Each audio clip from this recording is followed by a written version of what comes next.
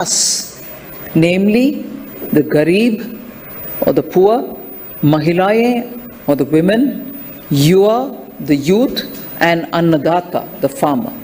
Accordingly, the budget in Amrit Kal will be devised with these stakeholders in mind. In conclusion, the Indian era is not a phenomenon is not a new phenomenon if we look at the civilizational history of the subcontinent. For 1,000 years, India has created a cultural sphere of philosophy, polity, science and art which spread across borders, not through conquests, but through its cultural magnificence. During this period, the rest of the world benefited from India's soft power. By 2047, as India crosses the 100-year mark of independence from imperial rule, the Vikasit Bharat will assure prosperity not just to Indians, but to the rest of the world, by becoming central to the vibrant exchange of ideas, technology, and culture. I hope the deliberations in the next few days will be vigorous, stimulating, and fruitful. I hope that overseas scholars carry pleasant and happy memories when they return home. I wish the conference success and look forward to the deliberations. Thank you very much. Very elaborate introduction. I'm indeed very grateful to Professor Jagdish Bhagwati for having come here to join in the third edition of Kautilya Conclave. And before me, I see a select August gathering. Finance Minister, no doubt, but it just makes me a bit nervous to have to talk before this rich audience. And it is your views that I look forward to at the end of this conference to guide me further in taking India's economy in all its divergence and also the challenges, the newer challenges which are coming before us, literally by the day, and make sure that India continues to be the fastest growing economy. So thank you very much for coming here. I begin with a thanks, but I really do mean, because I feel very humbled to stand on the dais along with Professor Bhagwati and to be able to address. It requires a different kind of courage, but I take the challenge. Let me at the outset thank and congratulate N.K. Singh, President of the Indian Institute of Economic Growth, and Dr. Chetan Bhatte, Director of the Institute of Economic Growth, for organizing this third edition of the Kautilya Economic Conclave, which begins today, and that brings together a galaxy of renowned scholars from around the world.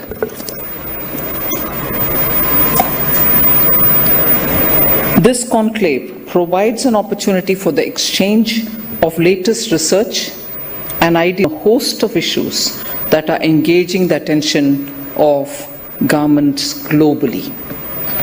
Why the India story will provide a unique opportunity for thinking about policy.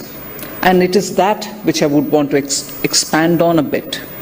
India's creditable economic performance in the recent decade was underscored by its leapfrog from the 10th to the 5th largest economy in a matter of 5 years.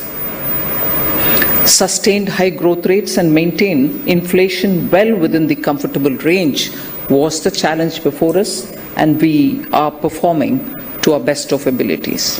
While it took us 75 years to reach a per capita income of $2,730 as per IMF projections, it will take only 5 years to add another $2,000.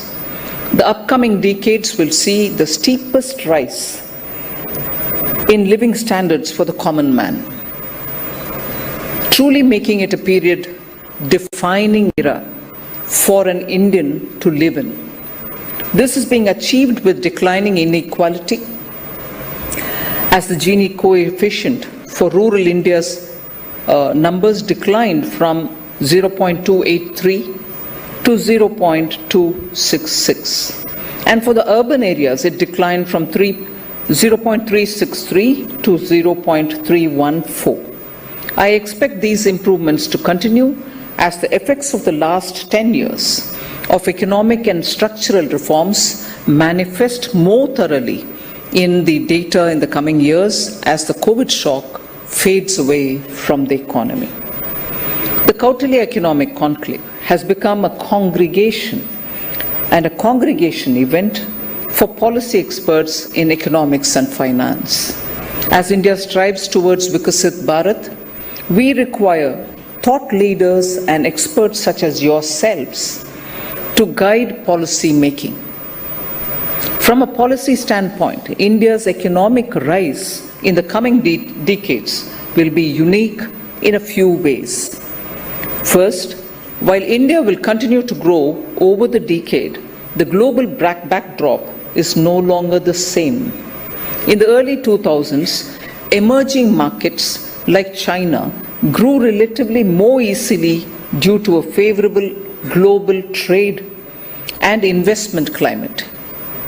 This poses a potential challenge and an opportunity for India, while simultaneously pushing for the diplomacy and cooperation, as we did during our G20 presidency.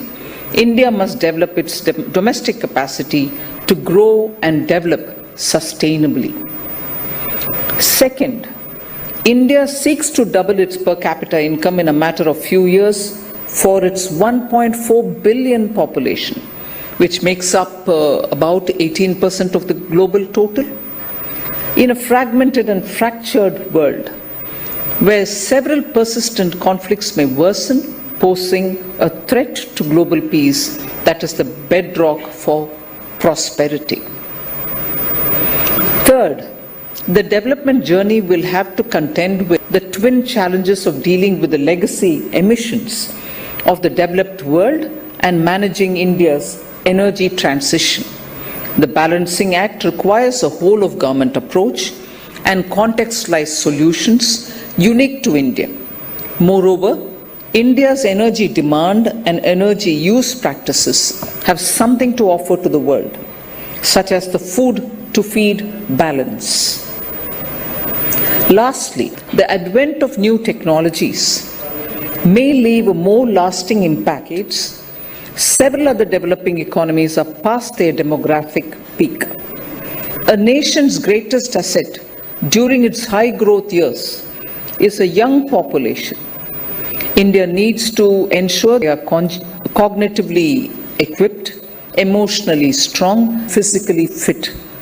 That is our core policy priority. Second, consumption will organically rise over the coming decade.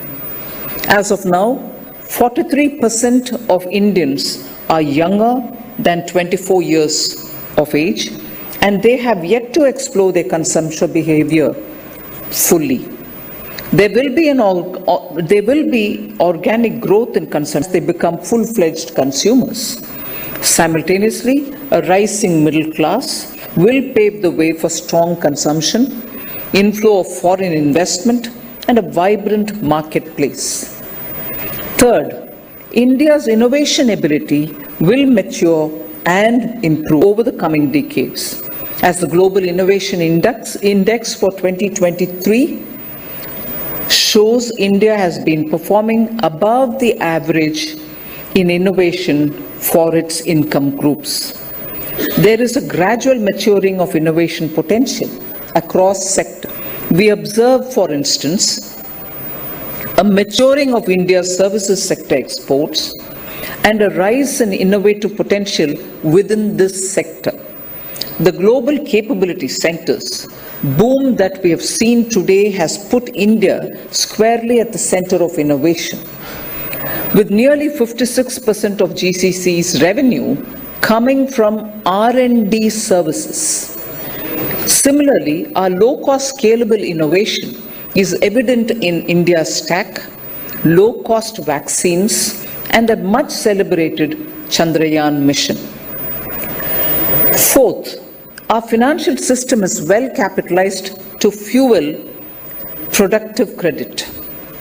India's market has evolved into a competitive system whose crisis management, regulatory management, and governance standards are at par with those developed financial markets.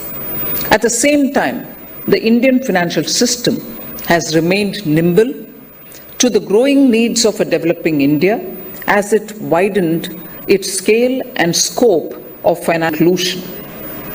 There has also been a sharp narrowing in the gaps in financial access, that is between rich and the poor, male and female, rural and urban, over the past decade. Fifth, India also finds itself amidst the global geopolitical repositioning effort which is going on. This repositioning can act as a structural force to India's advantage by creating robust supply chains with countries with strategic congruence. India benefits from the new international order, which is reshaping better to reflect the power distribution of today's world. The fiscal tools and policies to establish an era of growth. I'll spend a minute on it. The role of the government lies in unleashing the structural drivers of growth using effective governance through Jan Bhagidari, with sound economics and strategic planning forming the cornerstone of the growth process. I outlined some key areas of the government's focus that continue laying the groundwork for Vikasit Bharat. Our government continues to uphold its commitment to reducing the fiscal deficit. Aided by buoyant revenue generation, restrained revenue expenditure growth, and healthy economic activity, the fiscal deficit is estimated to decline further from 5.6% of GDP in FY24, I'm basing on provisional actuals, to 4.9% in FY25. The commitment to fiscal discipline will not only help keep bond yields in check, but will translate to lower economy-wide borrowing costs. The quality of government expenditure continues to improve. Capital expenditure is budgeted to increase by 17.1% to 11.1 lakh crores this fiscal. This amounts to 3.4% of GDP in FY25. Additionally, a larger proportion of fiscal deficit is now accounted for by capital outlays, indicating an increasingly investment-oriented deficit financing. The decline in commodity prices has facilitated the lowering of the budget allocation for subsidies on fertilizer and fuel. This has contributed to restraining the growth in revenue expenditure, which is estimated to increase by 6.2% year-on-year. To ensure policy continuity, the bedrock of sustained growth, our government has initiated and sustained reforms across infrastructure, banking, trade policy, investment, and ease of doing business. Infrastructure reforms over the past decade have expanded the national highways, increasing by 1.6 times from 2014 to 2024.